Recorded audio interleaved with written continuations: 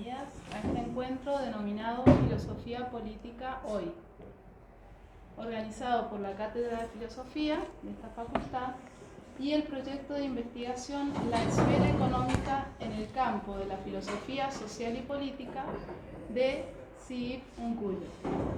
Nuestro objetivo es iniciar un proceso de intercambio y de contribuciones a la discusión pública sobre el estado actual de nuestras democracias, con especial énfasis en la región.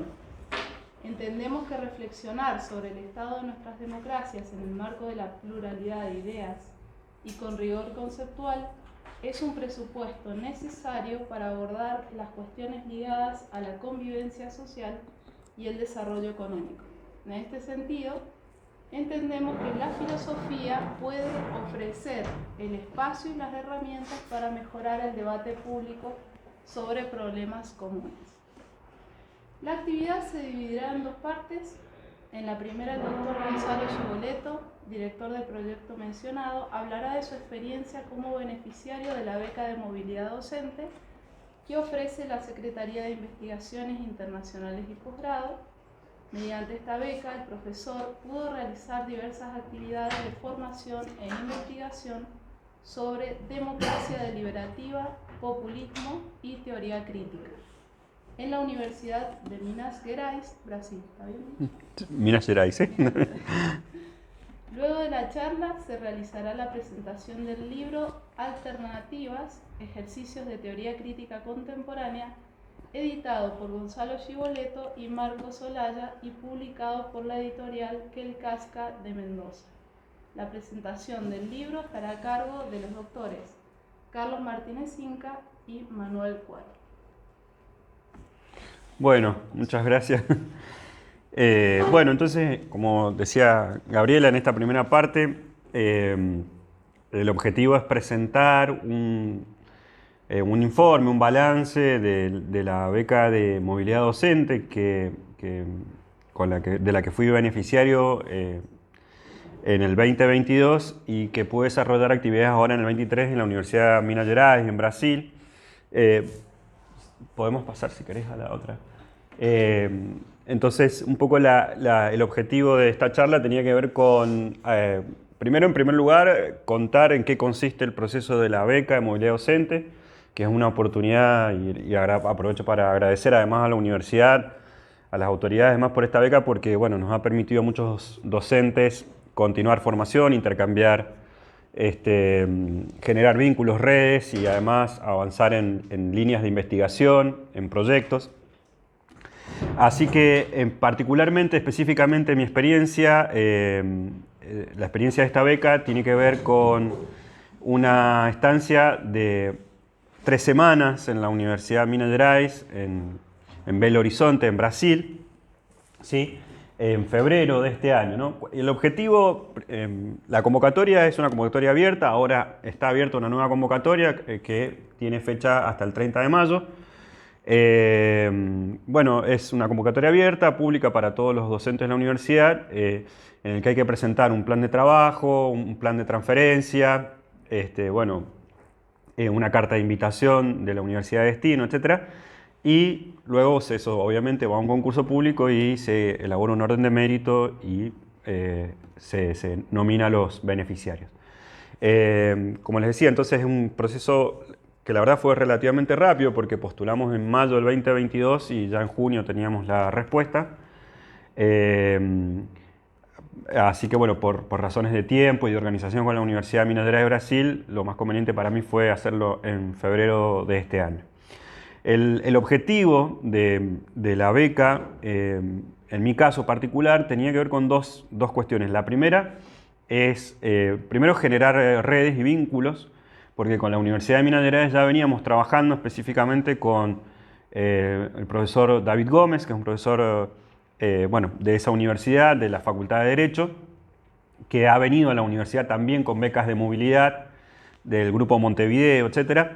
Y forma parte de los proyectos de investigación que tenemos en esta facultad, que tenemos 2 proyectos, uno el que dirijo yo, que mencionaba recién Gabriela, y otro que dirige Carlos Martínez Inca, sobre desafíos actuales del Estado de Derecho. O sea, ambos proyectos En ambos proyectos trabaja también este profesor de Brasil y con su grupo también de investigación tenemos un vínculo, publicaciones ya en común y proyectos. Entonces, por un lado, la posibilidad de viajar a Brasil me dio la oportunidad de afianzar esos vínculos y generar nuevas redes, que ya voy a mencionar algunos de esos resultados. Y desde el punto de vista de la investigación que desarrollo aquí en la universidad, me permitió profundizar en una línea que es la que yo vengo trabajando desde hace un tiempo. Yo trabajo históricamente sobre ética del discurso, luego empecé a trabajar sobre democracia deliberativa y en los últimos 2 años he empezado a trabajar los vínculos, las tensiones, las contradicciones y los puentes posibles entre democracia deliberativa y populismos. Democracia deliberativa es una teoría normativa de la democracia que plantea que los procesos democráticos o la calidad democrática, por decirlo de alguna manera, está centrada en los procesos de discusión pública y no tanto en los procesos de votación en el sentido más liberal clásico de la democracia representativa liberal. Bueno, en función de eso, el objetivo fue principalmente entonces discutir estas líneas de investigación y consolidar las redes, entre ellos la red, por ejemplo, con el grupo de estudios sobre constitucionalismo y aprendizaje social, el programa de posgrado en Derecho en la Universidad de Minas Gerais, y también, estando ya en Brasil, tuve la oportunidad de conocer la Universidad de Ouro Preto, en la cual también pude hacer unos contactos y afianzar redes de vinculación. Entonces, principalmente las actividades en las que participé y sobre las que voy a hablar enseguida, cuál sería un poco la conclusión o el resultado de estas discusiones. 3 actividades. 2 de esas actividades estuvieron centradas, tanto en la Universidad de Ouro Preto como en la de Minas Gerais, estuvieron centradas en la relación entre democracia y populismo en Latinoamérica. La verdad que para mí fue una experiencia muy importante, muy interesante, sobre todo porque me permitió conocer digamos, de primera fuente, de primera mano, cómo se está trabajando esta temática, democracia deliberativa y populismo, en Brasil, y sobre todo en un contexto, en una coyuntura que coincidió en este momento con la transición entre el gobierno de Bolsonaro al gobierno de Lula y los desafíos que presenta para la democracia esa transición que tiene características muy particulares en el caso brasilero. La otra actividad ¿podemos pasar? La otra actividad consistió en una cátedra libre, porque una de las redes que hemos creado con este grupo de trabajo en Brasil es una red latinoamericana, latinoamericana de estudios sociales críticos, ¿no? Red Latinoamericana de Estudios Sociales Críticos, RELATESC, con la cual ya tenemos una página web y estamos empezando a generar actividades. Todo el año pasado hicimos un seminario permanente de discusión. Hoy estamos continuando con este seminario y otra de las actividades que quedó inaugurada con mi visita a la universidad es una cátedra libre, ¿sí? América Latina, Sociedad y Crítica, que tiene por objetivo o tiene la finalidad o el modelo de las cátedras libres en las cuales hay una conferencia principal y colegas, docentes invitados a discutir esa conferencia principal, lo cual para mí personalmente resultó un enorme, primero algo muy importante, muy rico, digamos, desde el punto de vista de la formación y de la discusión de lo que uno trabaja, y un honor en cierto sentido, y también un gran esfuerzo porque además de la conferencia, cada invitado hacía comentarios, críticas y objeciones sobre esa conferencia y luego tuve que escribir, digamos, unas réplicas a esos comentarios, ¿no? Ahí en el mismo evento. Entonces, bueno, eso me llevó a revisar, a pensar, a repensar y sobre todo a ponerme a analizar diferentes aspectos, tanto del marco teórico, metodológico de las investigaciones y las situaciones de coyuntura, los casos. En mi caso, como he trabajado sobre todo con autores europeos, en su gran mayoría, también conocer bibliografía, una enorme bibliografía en portugués que, bueno, tal vez por cuestiones idiomáticas o culturales uno no conoce o no tiene tanto acceso. Y conocer investigadores que están trabajando en las mismas temáticas o en temáticas similares y que, bueno, que realmente me ha permitido abrir también el panorama en la investigación.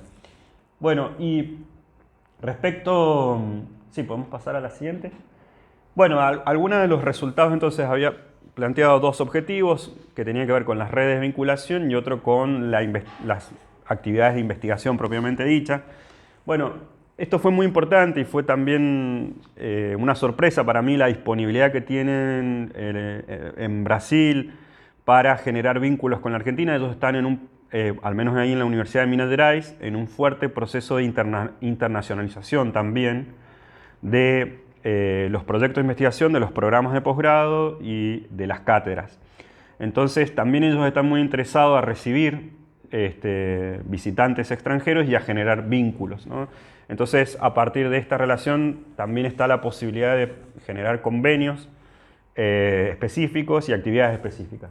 Algunas de las que ya están confirmadas es la realización de un seminario de posgrado conjunto que se va a hacer aquí en la Universidad Nacional de Cuyo, en la Facultad de Filosofía y Letras, con el profesor David Gómez, invitado de Brasil, y también con la posibilidad, financiado por el propio programa de posgrado de la Universidad de Minas Gerais, la visita también de estudiantes de maestría y doctorado de Brasil para participar de esas actividades de posgrado y de otras actividades también aquí en la universidad, lo cual es una experiencia bastante interesante. Por otro lado, la dirección conjunta de tesis doctorales, eso también bueno, es uno de los logros, digamos, de los logros de esta visita, digamos, la posibilidad de coordinar actividades de dirección de tesis de posgrado, concretamente 2 tesis, una en Argentina y la otra en Brasil. Bueno, además permitió la divulgación de nuestros proyectos de investigación acá, del libro que vamos a presentar enseguida, y de consolidar proyectos editoriales, sobre todo. Bueno, la edición de un libro traducido al portugués con trabajos realizados acá en mi autoría y también con la participación de colegas de Brasil en una revista que se llama Ética y Discurso, que es una revista en la que trabajo como codirector. Desde el punto de vista de, quizás la parte, pasamos a la siguiente, bueno, desde el punto de vista de la investigación en sentido estricto, una de las conclusiones que podríamos decir hemos llegado a lo largo de esos seminarios, debates, de discusión, tiene que ver con un fenómeno local y global, ¿no? Que tiene que ver con la crisis de las democracias, ¿no? Hay una abundante literatura, tanto en América Latina como en Europa, como en Estados Unidos, sobre la erosión de la democracia. Hay diferentes términos para esto: erosión democrática, crisis de la democracia, postdemocracia.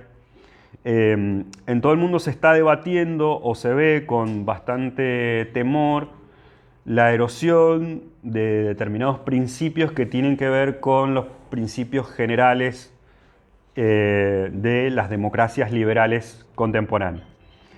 Que si uno hiciera un rastreo de diagnóstico de la crisis, podría trazar una línea que tiene que ver con, en primer lugar, una crisis de representación, que luego se traslada una crisis de representación por una crisis de los partidos políticos específicamente, una crisis que luego es del Estado como garante, digamos, ¿no?, de las expectativas de legitimidad y de bienestar que tienen los ciudadanos respecto del sistema político. Y luego esa crisis del Estado, esa crisis o ese cuestionamiento al rol del Estado como garante de la satisfacción de esas expectativas de legitimidad, de bienestar, etc. Una crisis hacia el sistema político, ¿no? Una crisis hacia la democracia como tal, ¿no? De hecho, por ejemplo, por diferentes frentes se puede observar, diferentes frentes me refiero desde no solo partidos políticos de ultraderecha que cuestionan el sistema democrático, sino también incluso de sectores de innovación empresarial, ¿no? Por ejemplo, se habla ya sobre las dificultades que tiene debido a las dificultades que tiene la democracia para sostener modelos políticos que garanticen reglas de juego de mercado a largo plazo, se empieza a ver incluso, no con tan malos ojos, sistemas ya autoritarios, ¿no? Como es el caso de China o el caso de Arabia Saudita, ¿no? En donde algunos líderes de vanguardia en tecnología plantean que, bueno, que estos modelos, digamos, a pesar de, entre comillas, esos sesgos autoritarios, permiten sostener reglas de juego económicas a largo plazo, ¿no? Entonces, el cuestionamiento hacia el sistema democrático viene por diversos lados.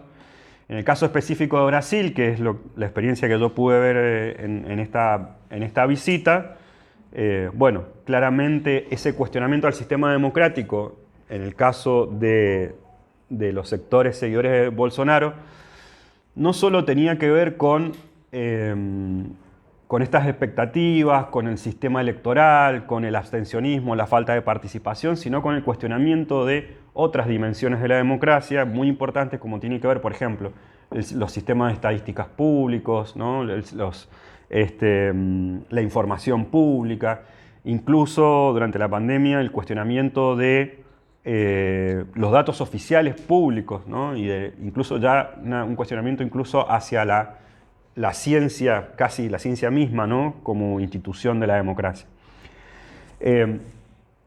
Ahora, lo que yo pude ver discutiendo con colegas sobre esta crisis del sistema democrático, delineada así en rasgos muy generales, es que existen dos narrativas respecto de esa crisis, es decir, dos reconstrucciones o diagnósticos acerca del porqué de esa crisis y dos respuestas, ¿no?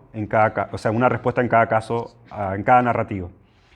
La primera narrativa, que es una narrativa que uno puede encontrar en la literatura, sobre todo en las ciencias políticas anglosajonas, en Estados Unidos, pero no solo, que por poner un nombre, podríamos decir una narrativa más de tipo liberal o democrático liberal, que pone el acento en la crisis de la democracia o explica la crisis de la democracia por vía de discurso moral. Es decir, el problema de la crisis de la democracia se debería a problemas de las élites políticas, es decir, a liderazgos políticos de tipo populistas o autoritarios, a la corrupción generalizada, al clientelismo, ¿no?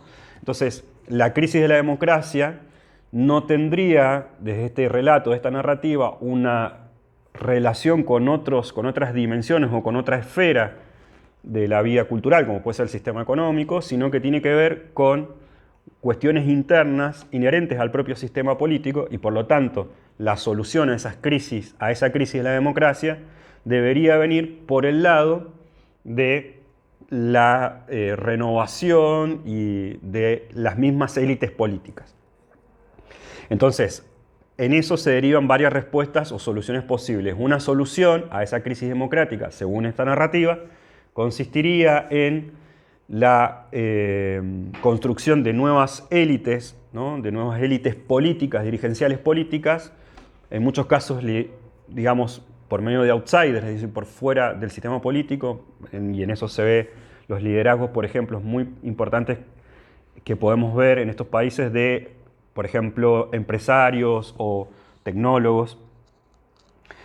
O, por otro lado, la conformación, entre comillas, de una nueva subjetividad democrática, una revalorización de la democracia por medio de lo que algunos autores llaman el catecismo democrático, un catecismo político, catecismo cívico. Es decir, pensar la crisis de la democracia como un problema moral, y la solución a ese problema moral consistiría o en la formación de nuevas élites dirigenciales no corruptas, no populistas, o en la formación de nuevas ciudadanías con valores democráticos y demás.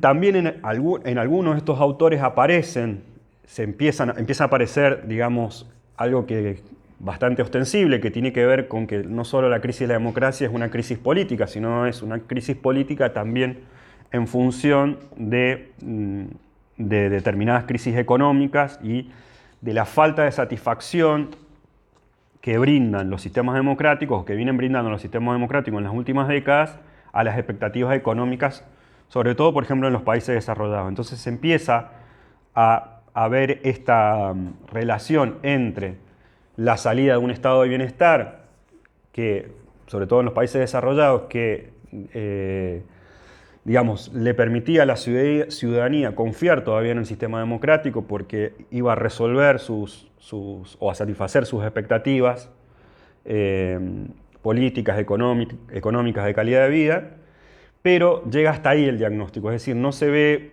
como una crisis sistémica de la economía de mercado o una transformación del sistema capitalista, sino simplemente como un factor casi externo, es decir, hay una especie de relato también un poco ingenuo en la posibilidad de rescatar o volver a recuperar algunos de esos elementos del estado de bienestar, ¿no? Y eso se ve, por ejemplo, sobre todo en autores ligados más a la socialdemocracia europea, ¿no? Digamos, por ejemplo, el mismo Piketty, ¿no?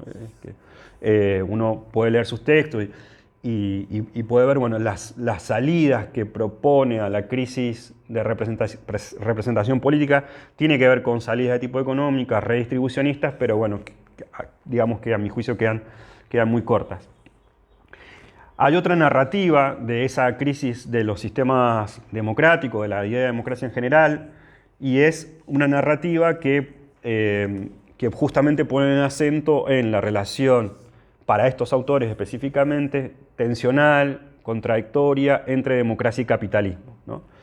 Entonces, autores como Wolfgang Streeck o Nancy Fraser o Wendy Brown, filósofos políticos, sociólogos y demás, que piensan que el problema de la crisis de la democracia no es un problema de la democracia desde el punto de vista como sistema político, sino un problema de la relación con el sistema económico. Bueno, estos diagnósticos también son muy conocidos generalmente entre los intelectuales de las izquierdas.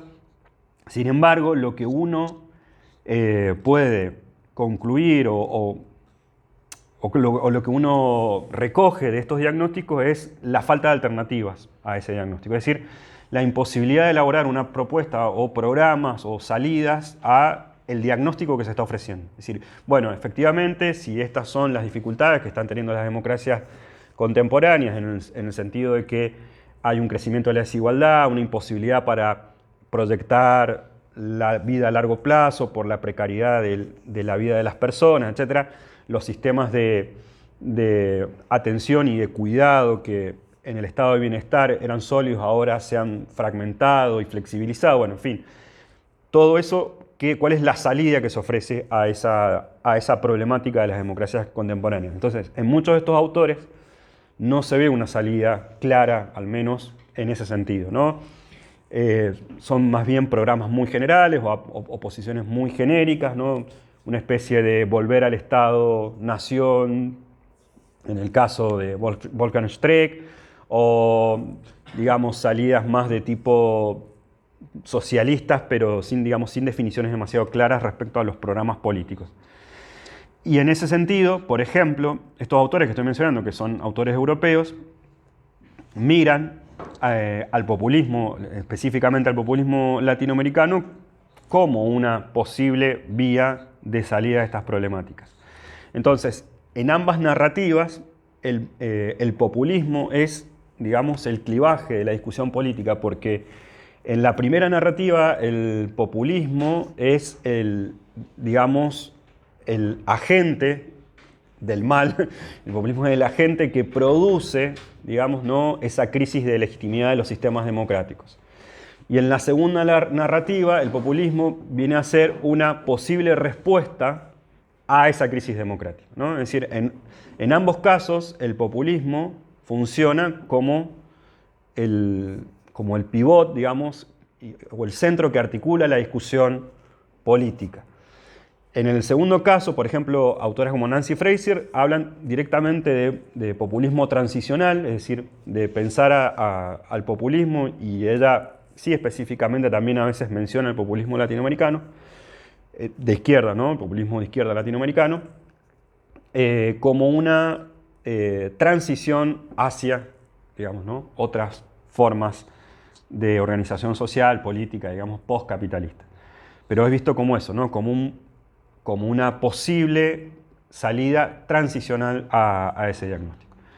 Bueno, esta reconstrucción que he hecho demasiado quizás genérica y demás, es algo en lo que increíblemente coincidíamos digo increíblemente porque diferentes marcos teóricos, ¿sí?, e incluso disciplinares, ¿no?, en estos encuentros, en estos seminarios en los que yo he participado, coincidíamos a grandes rasgos, ¿no?, en estas dos narrativas que se juegan hoy la discusión pública política y en las dificultades o las trabas internas que tienen ambas narrativas y que hacen, creo yo también a mi juicio, que hacen que también la ciudadanía muchas veces no encuentre un horizonte de salida a las crisis que vivimos como pueblos, como ciudadanos en nuestro continente. Bueno, creo que eso era todo, así que bueno, les agradezco mucho la atención y bueno, no sé si quieren hacer alguna pregunta. Gracias. Bueno.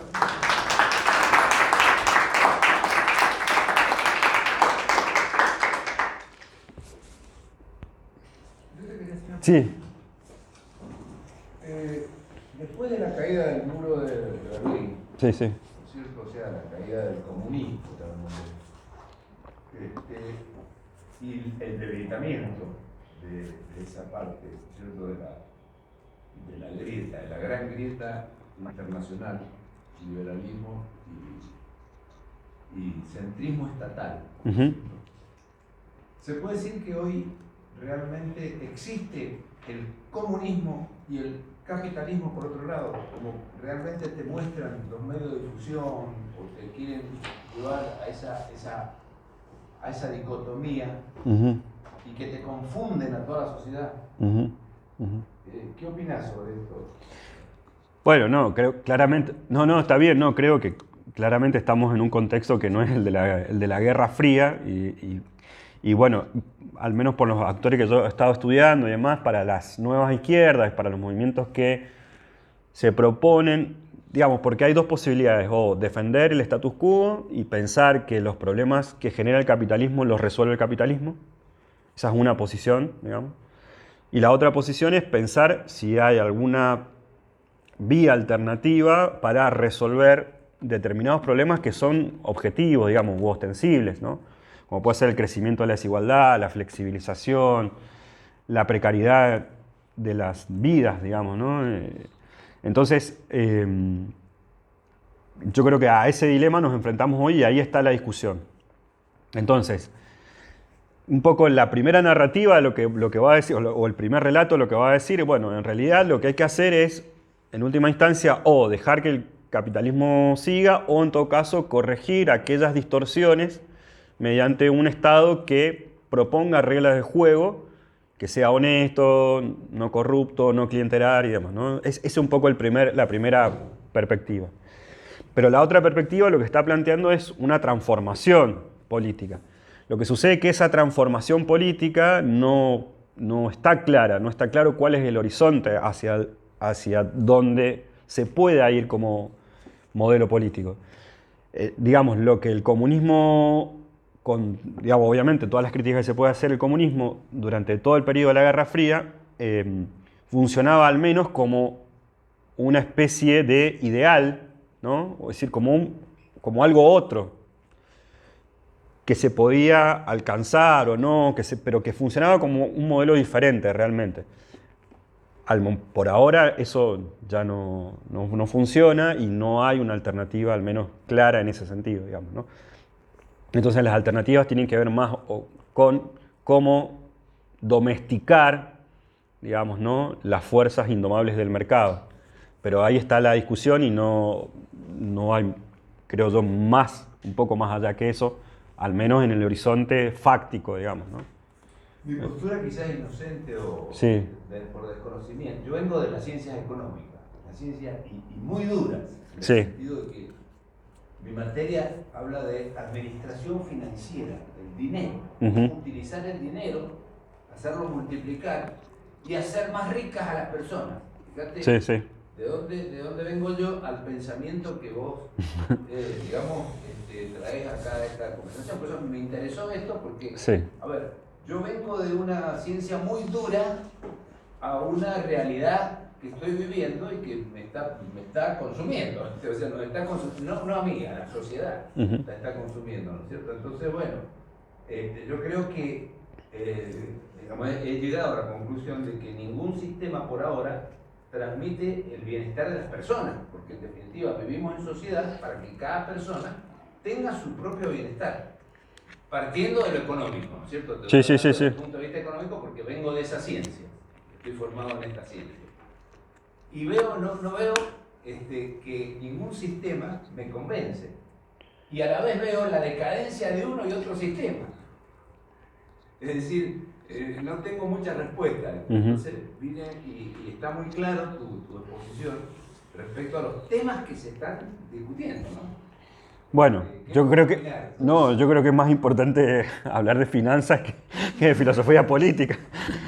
Pero no sé si tengo algo para acotarlo. Quizás la cuestión tenga que ver con a lo mejor dejar de pensar en términos de modelos, digamos, ¿no? Y empezar a pensar en términos de quizás de objetivos y problemas, una postura un poco más pragmática al abordar los desafíos que se tienen. Es decir, si los objetivos están claros y en ese sentido, si el objetivo es mejorar el poder adquisitivo de la población, si es mejorar la calidad de vida de los ciudadanos comunes, si ese es el objetivo, bueno, habrá que pensar cuáles son las estrategias para alcanzar esos objetivos, digamos, ¿no? Y quizás un poco lo que está en el trasfondo de esto, no lo dije para no abusar del tiempo, pero lo que está en el trasfondo de esto son un poco los proyectos de investigación que nosotros estamos desarrollando acá, y uno de los ejes que trabajamos es neoliberalismo, populismo, ¿no? Y a veces lo que sucede con esos macro discursos como neoliberalismo y populismo es que funcionan en espejo. Es decir, funcionan muy bien para la disputa política concreta, partidaria, pero a veces ocultan los problemas que necesitamos explicar, digamos, ¿no? Es decir, no todo se explica por medio de un hipermodelo, ¿sí? O macromodelo, ya sea neoliberal o populista, digamos, ¿no? Es decir, Popper decía que, digamos, cuando uno quiere explicar todo no termina explicando nada. Entonces, a veces querer explicar todo es, bueno, el problema es el capitalismo. Bueno, y está bien, ¿y cómo hacemos para ganar más con las jubilaciones? O el problema es el populismo, ¿no? Que es un poco la narrativa de los demócratas liberales. En la literatura anglosajona hay muchísimos autores de esto en los últimos años que son todos bestsellers y se leen muchísimo, ¿no? Autores que, cómo mueren las democracias, ¿sí? Una literatura que lo que pone el acento es decir, bueno, el problema de la democracia es que tenemos líderes populistas. Bueno, ojalá fuera tan fácil el problema, porque bastaría con que pusiéramos líderes no populistas digamos, y ya solucionaríamos todos los problemas. Entonces es más complejo, digamos. Mi respuesta es insatisfactoria, es más complejo. Bueno. ¿Puedo hacer una pregunta? Sí, Dante. Gonzalo, ¿cómo hacen para traducir el término populismo? Porque la literatura que decís vos, europea, norteamericana, significa algo negativo. Sí. Es muy distinto a algo de América Latina. Hay que ver matices. Seguimos teniendo el inconveniente de ese término, que es muy ambiguo, ¿no? En principio, para significar políticamente experiencias distintas, ¿no? Sí, totalmente de acuerdo, pero agrego un factor más. Ahí en estos seminarios en los que yo participé, los mismos brasileños no se ponían de acuerdo si Bolsonaro era populista o no. Porque incluso algunos, bueno, hay ahora un término de moda, ¿no? Que es el iliberal, exactamente, ¿no? La democracia iliberal. Había uno de los profesores que expuso y su tesis era que Bolsonaro era una especie de demócrata iliberal. Bueno, por supuesto muchos no estaban de acuerdo con eso. Ese es el primer problema, digamos. Primero que el concepto está cargado, digamos, tiene una carga semántica en la disputa y en la discusión política que ya ha perdido, digamos, sus matices, su rigor y demás. De todas maneras, Dante, sobre todo los autores algunos autores de la izquierda europea y demás, están mirando los movimientos populistas latinoamericanos y se están interesando por eso. El caso de Wendy Brown, por ejemplo, o el caso de Nancy Fraser, por lo menos dos autores que yo conozco, que sí lo siguen y tratan de interesarse y ven ahí un fenómeno sui generis, digamos, ¿no? Con características propias. Así que bueno, sí, el problema es traducirlo. Generalmente los autores europeos, por ejemplo, yo pongo siempre el ejemplo de Cristina Lafont, que es una autora para mí excepcional dentro de la democracia deliberativa y que es brillante. Y cada vez que habla de populismo como si estuviese hablando, no sé, digamos, en el asado del domingo. O sea, sin rigor, digamos, con muchos prejuicios. Y eso está muy presente en toda la literatura europea y anglosajona sobre populismo, digamos, ¿no? Es decir, no hay diferencia de matices, no hay diferencia de un Chávez, de un Evo Morales, de un Kirchner, digamos, es muy complicado trabajar con esos modelos digamos, y traducirlo al lenguaje de ellos. Entonces, por lo menos en estas discusiones en las que yo he tenido que participar, he tratado al revés, partir un poco más del caso específico, concreto, y empezar ahí antes que del modelo populista, digamos, ¿no? Y decir, bueno, ¿de qué vamos a hablar? Vamos a hablar del primer peronismo histórico, vamos a hablar de varguismo, vamos a hablar... Porque me parece que esa quizás es una manera de hacer que el debate avance un poco. Porque sí, realmente es muy difícil traducir, pero también entre nosotros. Por ejemplo, los brasileros, profesores brasileños con los que yo participaba, me preguntaban mucho sobre peronismo, digamos, ¿no? Y tratábamos ahí de analizar analogías con el varguismo y ahí, o sea, parece como parte del mismo populismo histórico, pero hay unas diferencias también enormes entre un movimiento y el otro. Incluso en el significado que tiene para el presente, digamos, esos movimientos políticos. Así que, bueno, sí, es diferente, es difícil traducirlo para los autores anglosajones y del norte, pero también yo creo que necesitamos más diálogo entre nosotros respecto de esos fenómenos, del fenómeno nosotros también, ponernos de acuerdo en determinada terminología o características y demás. Todos los artículos bueno, acá hay gente más especializada que yo en esto, me da un poco de vergüenza, pero todos los artículos que hablan sobre populismo empiezan diciendo lo difícil que es definir populismo. Todo, el primer párrafo es, no se puede definir populismo, es muy difícil. Y bueno, no sé, para eso yo creo que empezar a partir quizás más del caso y empezar a ver las cosas, digamos, sin tantos modelos preconcebidos, me parece, no sé. Bueno, perdón que he hablado un montón. Tan difícil como definir democracia. Sí, Además que no está problematizada, o tiene una carga valorativa positiva, entonces, claro, digamos, fluye más. Sí. El debate toma más emoción. Sí, tal cual. Sí, o liberalismo, incluso. También. Bueno, muchas gracias. Esto no...